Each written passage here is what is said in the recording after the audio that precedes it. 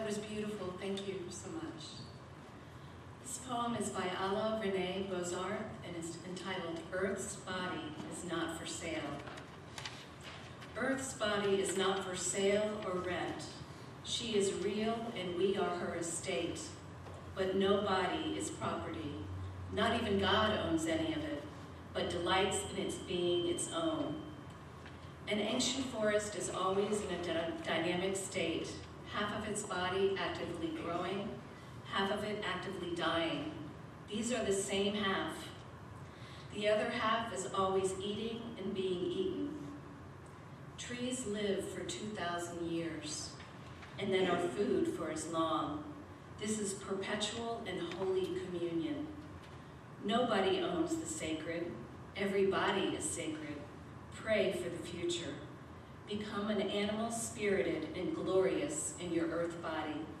Offer thanks when you lie down with the trees.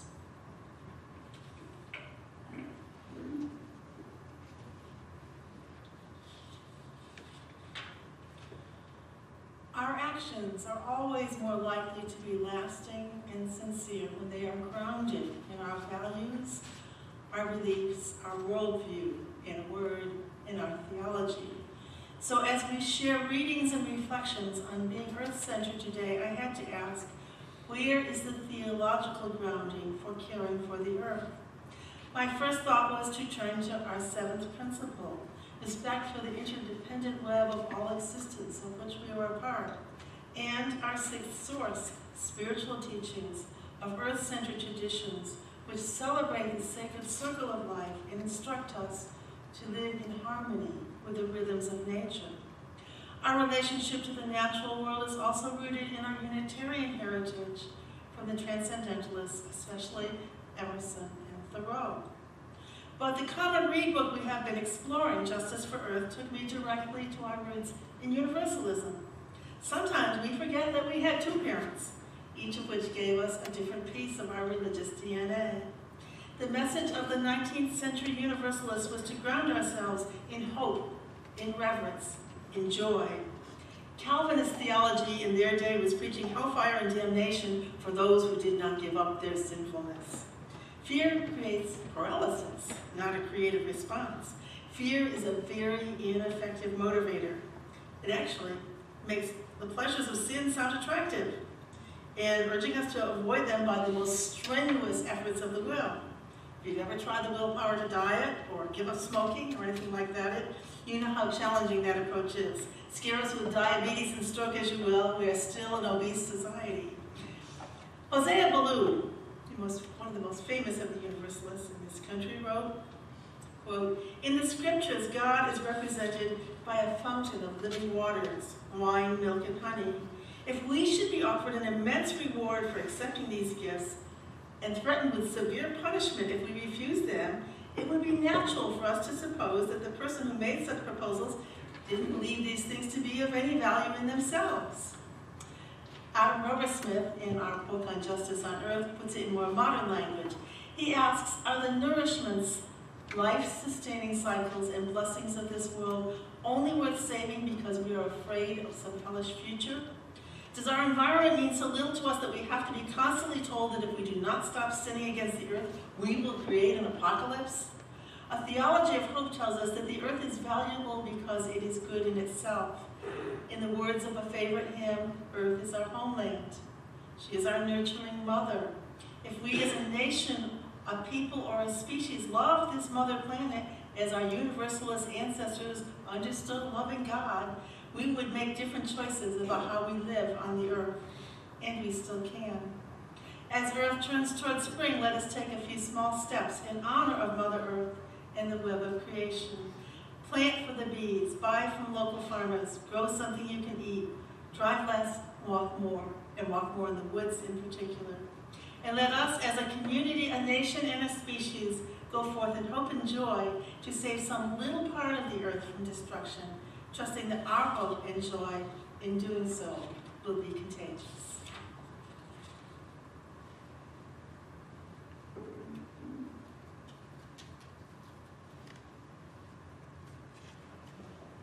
Thank you. My name is Carol Ward. I forgot to mention that earlier. And I am a member of the Green Sanctuary Committee. This is a beautiful poem by Deborah Smith called A Prayer Addressing All Hungers. We are hungry. We are eating our daily bread and bowing our heads, and yet we are hungry. We are thanking the farmer and the farm worker, and yet we are hungry. We are speaking in spaces for food that is healthy, and still we are hungry.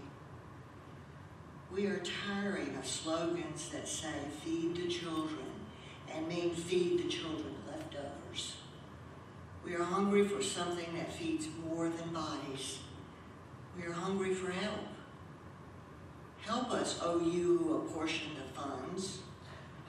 Find in your hearts the child who you were, who would share with a friend free and friendly. Lead us not into meanness, for we are the hungry. We want the loaves and the fishes, the water and the wine of sweet justice for all. We are hungry.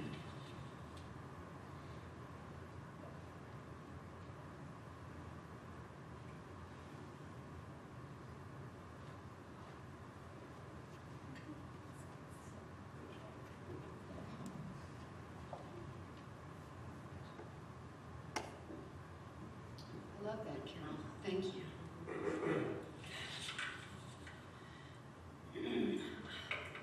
My name's Sarah Summers. I am an environmental science high school teacher, and so I came to share a message with you today. I was asked to speak about a topic that we have come across in this common read that we are doing. It's called, the book is Justice on Earth, and so it's not really my genre, I have to admit.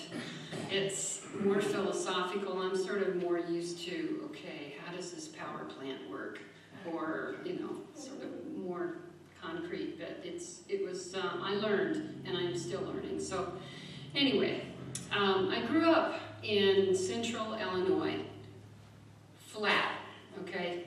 Like really, really flat. Cornfields, thousands and thousands of acres of cornfields and soybean fields,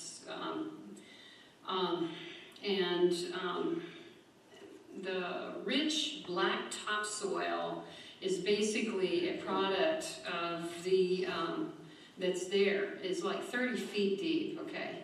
I mean, it's like prime agricultural land. It is a product of the recent retreat of the Wisconsin Glacier, and so you always have good crops, and they've always taken good care of it. Hopefully, it'll be around for a long time.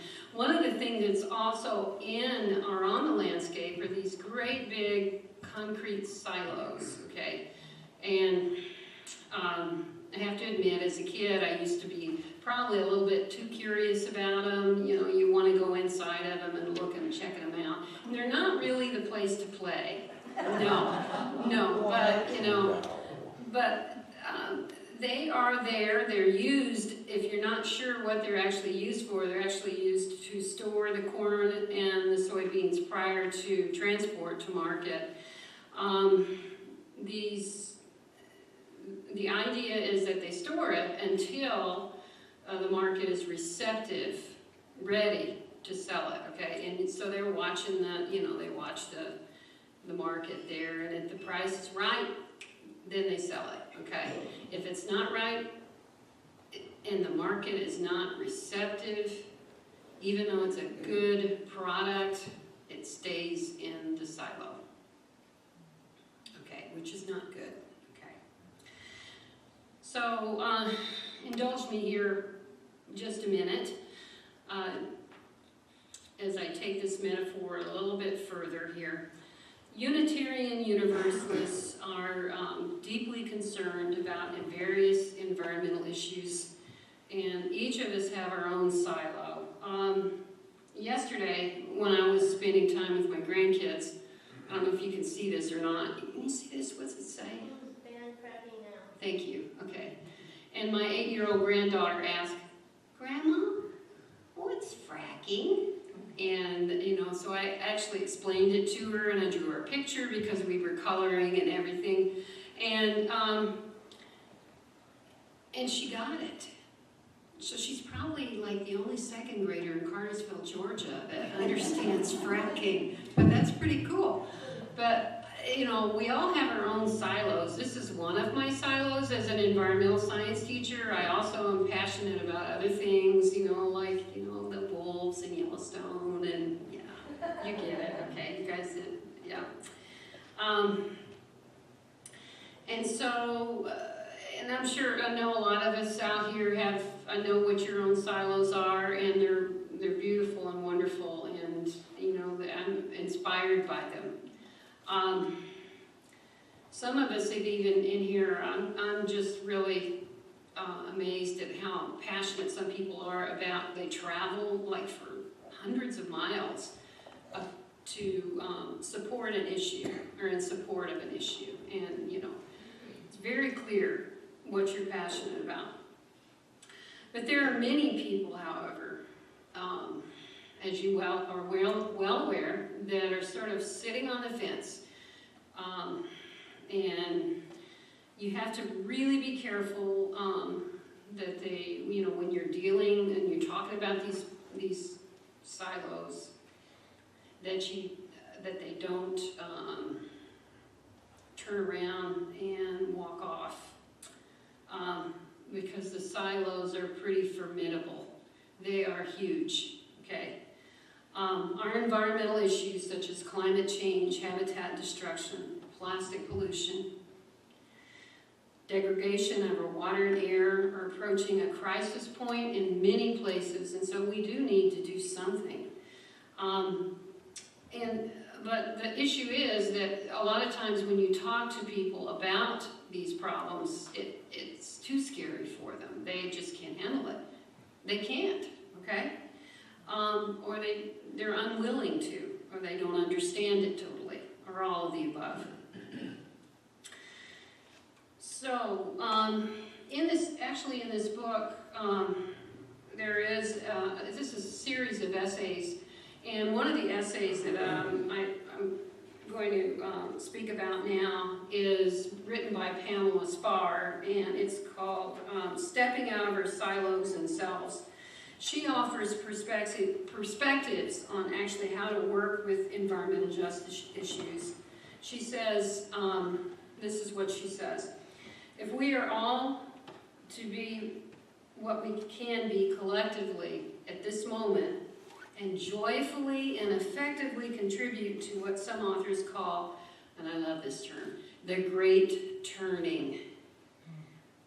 They're talking about, the ecological movement, the sustainability movement. Also known, as some other, I think there's actually, was it a green wave? What are they talking about? Yeah. Green Deal, there we go. Okay, I'm not a politician person, I'm sorry.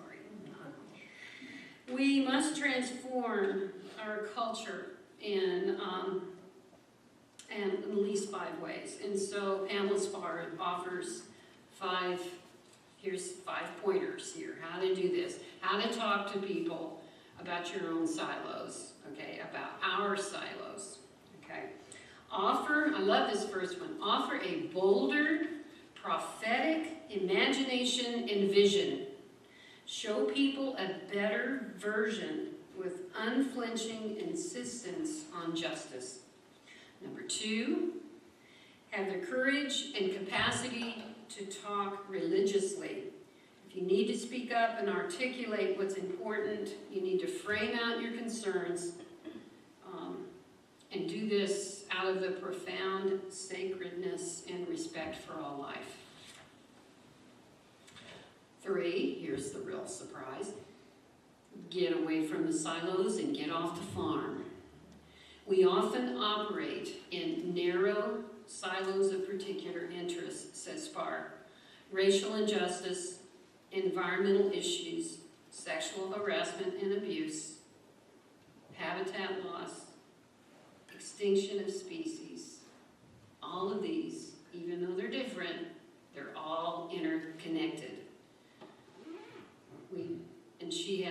great big bold letters here. We need to focus on justice and equality, says Spar. We can't let ourselves get into a single issue silo. Number 4, radical relationship building. In order to get off the farm, we need to move out of our comfort zones with respect for those of different faith practices and beliefs. And that's hard to do sometimes. Sometimes it's just like, oh, I don't want to be here, you know. But, you know, and in the classroom, I have to admit, everybody comes in, okay? We don't just pick and choose. And so there's a wide variety of opinions and belief patterns and thoughts, especially about like climate change. Some kids don't believe it at all. I wonder where they get that. So, and then last, and I like this one too. Spar suggests that we need to be more countercultural. Now, where have you heard that before? Like in the 60s, maybe? Yeah. She says that modern culture is disconnected from nature and accepts certain institutionalized power hierarchies. UUs must transform away from these characteristics. Let's say that again. UUs must transform away from these characteristics. And so how do we do this? We need the space and time to rethink what this might look like. Maybe it's a retreat. I don't know. What does living in a climate-just community look like? Is it communal living? Is it living in a special home? Is it, or do we all get our own little tiny house? And actually a friend of mine, by the way, says, tiny houses probably aren't that energy efficient. So you got the idea is you got all these extra, they're small and they're cute, and yeah, okay. But you have all of these exterior walls, and you have all this energy that's lost on them. Okay, so just think about that before you go into a tiny house. Or maybe it's also rethinking how we work, how we go to school, how we play, how we commute. So how do we do this? How do we lead and become a part of the great turning? It starts with ourselves, within our own community, right here, okay? And in conclusion, I'd like to just add this. I was thinking of Terry here, our pastor. The Sufi mystic and poet Rumi offers us some advice. Yesterday I was clever, so I wanted to change the world. Today I am wise, so I am changing myself. The radical shifts that the world needs begins with our own cultural transformation.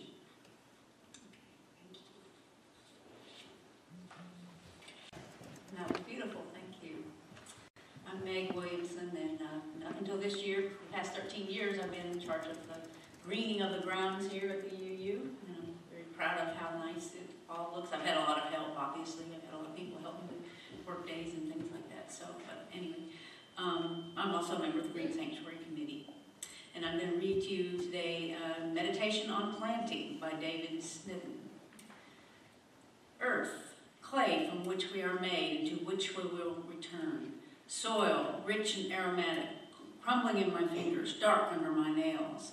This cleansing soil, the natural filter for aquifers, holds life.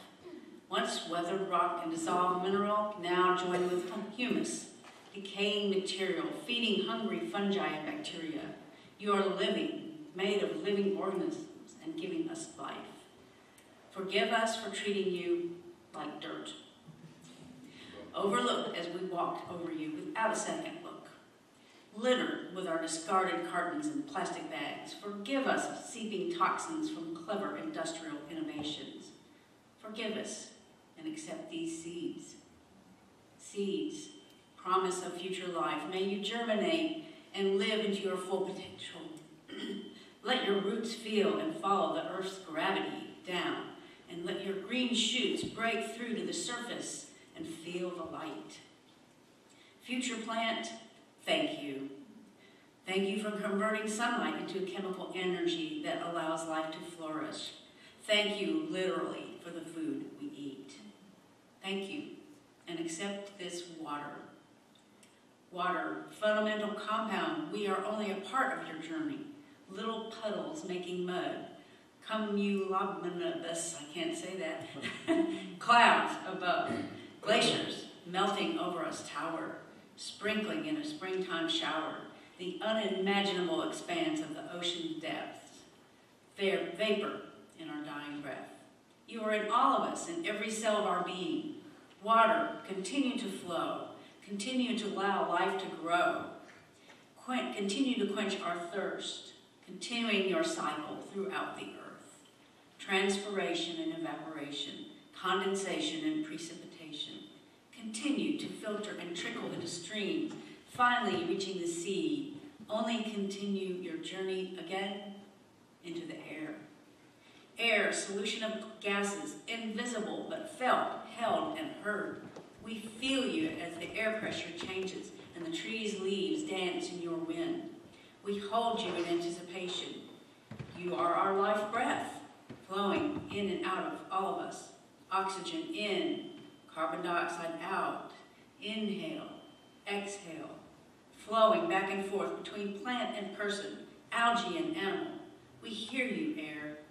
You are the conveyance for our encouraging words and uplifting music as your waves vibrate. You surround us and expand throughout our atmosphere, beyond the stratosphere, towards the sun. Sun, little yellow star, great source of life's energy, bringer of life and warmth, harbinger of the new day, as we see you again after another rotation on your axis. Roiling radiant plasma, your solar rays give us hope. Hope for a new tomorrow. Hope for warmth after a long winter. Hope for light when the future seems so dark and so hard to see. Brilliant giant sun, shine down on our little earth.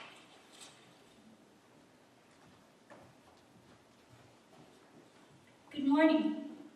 Happy St. Patrick's Day. I am Jenny Parrish-Loy, and I'm a member of the Green Sanctuary Committee. I live on 2 acres of earth in the rural community of Double Springs, halfway between the little towns of Townville and Fairplay. On my patch of land, I raise chickens and vegetables. This is my favorite time of year. It is the time when the first buds are on the trees. It's chilly in the morning, but the chill gives way to the midday sun. And on the rainy days, and lately we have had plenty of them, I browse the seed catalogs and the Tractor Supply Company website and dream of the tasty foods and sweet baby chicks to come. Living lightly on the land is what I try to do. The Climate Group at its latest summit proclaimed, we are the first generation to feel the effects of climate change and the last that can do anything about it. That's a lot to unpack. If we let the apocalyptic headlines about the state of the earth overwhelm us, then we do nothing and our worst fears about our children's future come true. Here's the little bit I do know. I cannot change the larger world, but I can change my little corner of it. I compost and recycle. I turn off my water when I brush my teeth. I use a rain barrel for extra outside watering. I grow my own vegetables and buy locally. I combine my trips to town so that I can use less fossil fuels. I just try to reduce my carbon footprint. This is what many of the people here in this room do daily. But how do we keep from being overwhelmed by the dire predictions concerning climate change? Teague in her essay, Drawing on the Deep Waters, Contemplative Practices in Justice Making in the book, Justice for Earth says a spiritual practice is necessary for all of us. It will help us to strive to be better people and sustain us through the confusion and despair. A good spiritual practice helps quiet that constant noise in our heads and helps us to focus on what we need to do. It helps us separate stories from the truth and helps us stay in the moment and grounds us. She says spiritual practices remind us that the thing we expect to change in the world also exists in ourselves. If deep inside we are angry, how can we be peacemakers? If deep inside we are greedy, how will we change the divide between the rich and the poor? Spiritual practice is intention, attention, and repetition. Intention is the deliberate engagement of our will in a practice that nurtures a sense of connection to something bigger than ourselves. Attention calls us to exist only in the present moment. Repetition allows our centering activity to form part of the rhythm of our day in the same way that constant practice allows us to become a musician or learn a new language. The repetition of a spiritual practice helps us have qualities like awareness, patience, and compassion. In one of my favorite books, Still Life with Chickens, Starting Over in a House by the Sea by Catherine Goldhammer, she explains what she learned from forced downsizing of her lifestyle because of divorce, and the lesson she learned observing 6 chickens which were bought to bribe her daughter to accept the move. She says the chickens were filled with Zen because they lived perfectly in the moment. The final line in the book reads, "In the silence of the darkness was something that I didn't expect to find when I decided to buy the small, sad house in 6 Mile Beach. I had thought I was renovating a house. I didn't know that in the process, I would also rebuild my life. Perfection did not visit me. The meaning of life was not simple. I didn't know that day in January when I decided that I would have to sell my house in Hearts Are Cold, that grace lay in wait on a 6 Mile Beach. I did not have a year in Provence or a villa under the Tuscan sun. I did not have a farm in Africa.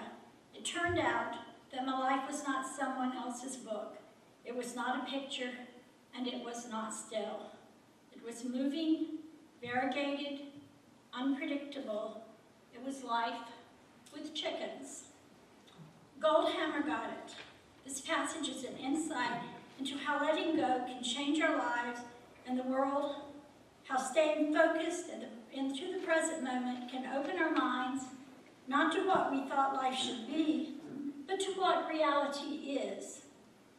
There are many types of spiritual practices, which include prayer, meditation, chanting, breathing, exercises, and ceremonies or rituals.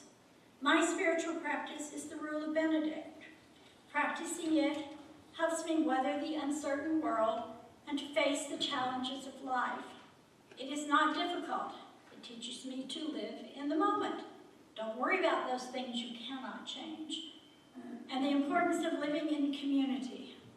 It is a reminder that with others at your side, you can accomplish so much more. That we don't need the newest or the best, and to take only what we need. I have practiced it for 5 years. Sometimes I'm good at it.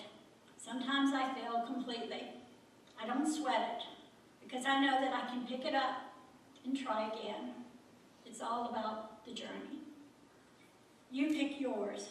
This is just the one that works for me. Teague says the practice of spirituality helps us reach sustaining waters. There we remember all who taught compassion, all who have acted for justice, and we recall that in the long arc toward justice, our best efforts are just one small part. Grounded in hope, we can then bring that hope back out with us to all others who are struggling to find their way in this beautiful, fragile, difficult world. We may not feel that the small things we do will make a difference in the big picture, but as in Still Life with Chickens, we will look back and see what grace was ahead for all of us on this blue speck called Earth. We may not be remembered as a great hero or heroine who saved the planet, but we can know we tried our best, and that is all we can ask of ourselves. Thank you.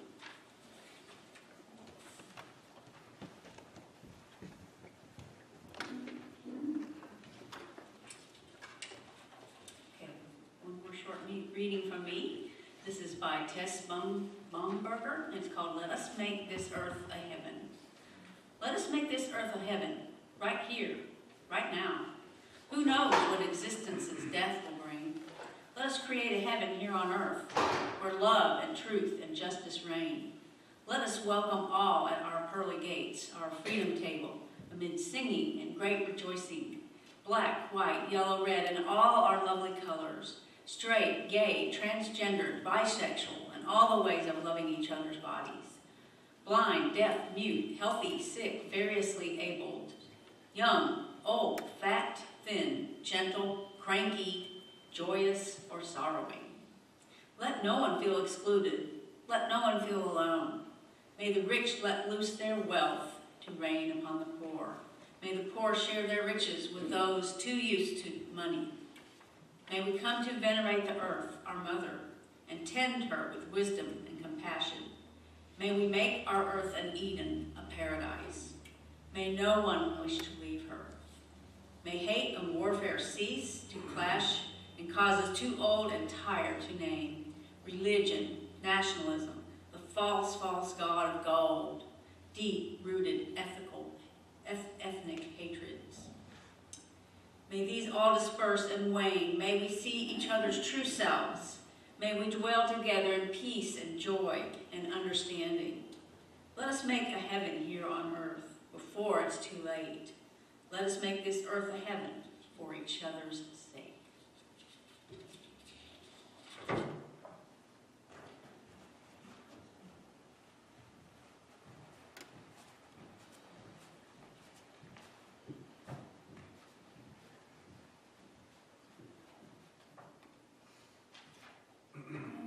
You guys are on it. It's really nice to be here and hear all of this and see a community of people working in the right direction. My name is Scott Bunn. I'm founder and CEO of Treehouse International Incorporated and the Seneca Treehouse Project. Treehouse International is our parent company, and it's a benefit corporation. It's a for-profit entity, mission-driven to help people and the planet. We offer services in education, design, construction, and experience. The Seneca Treehouse has been around for a while and is a permaculture learning center and Airbnb. And we do school tours and field trips, and we have guests from all over the world come and visit as short as one night, and we've had people there for several years. If you're interested in getting involved and learning more, I'm going to be in the back later, but we have a lot of workshops this year, permaculture, construction training, family summer camps, and internships available. I was on a podcast with a food forest designer from California earlier this week, and he asked me, he said, Scott, why do permaculturists tend to have so much problem with business? Why do people that care about the earth have so much of a challenge making money and making massive action? And I really don't know the answer to that, but I think it's something to do with the fact that we're more in touch with the earth, and the earth doesn't care about making money, really. But what we're dealing with and what we're fighting against essentially are people who do know how to take massive action and have a massive impact, and they are motivated by money. So the beauty of a benefit corporation is it's a segue between those two. It's a for-profit entity focused on how to make money while improving people and the planet, and making things appealing to those who may only care about the single bottom line, but a side benefit is that it's also focusing on the triple bottom line: people, planet, and profit.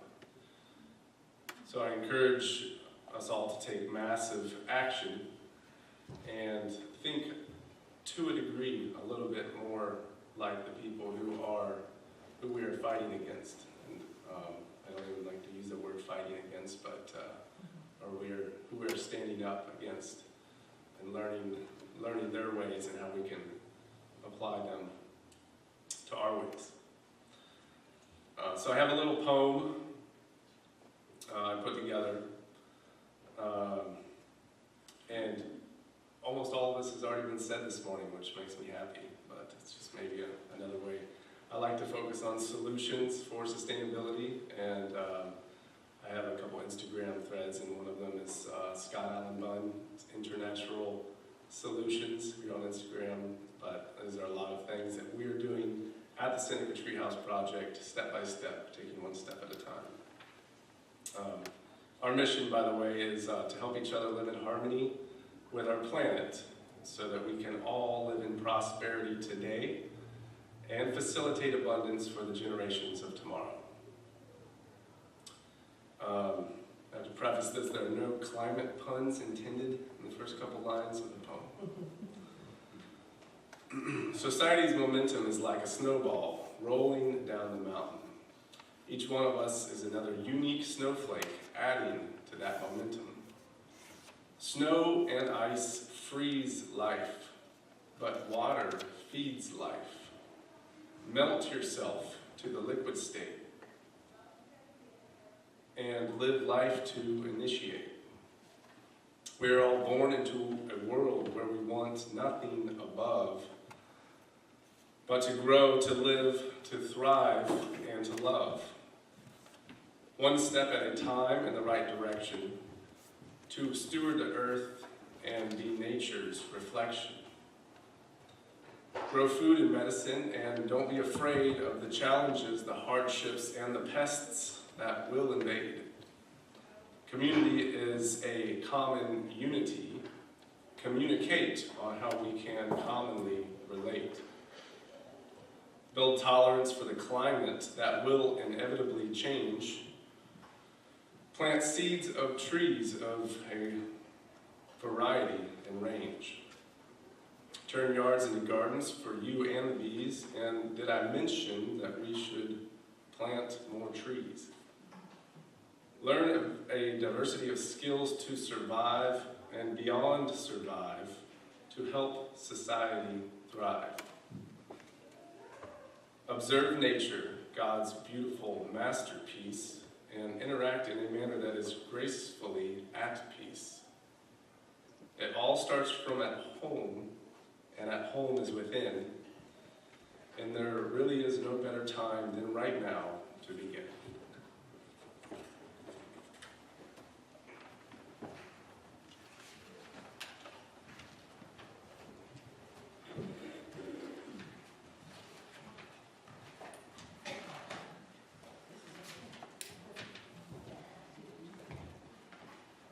My poem is called Communion with Earth and Sky by Stephen Schick. Early spring awakens memories of a deeper cold and hopes of a warmer wetness, sprouting seeds and budding branches. Gray trees on a gray sky screen eyes from all that lies waiting. The color of a million flowers, the feathers of migrating songbirds, the blossoming smiles of friends. So we will no longer look to the night stars to guide us. Soon the path will be lit and our task certain.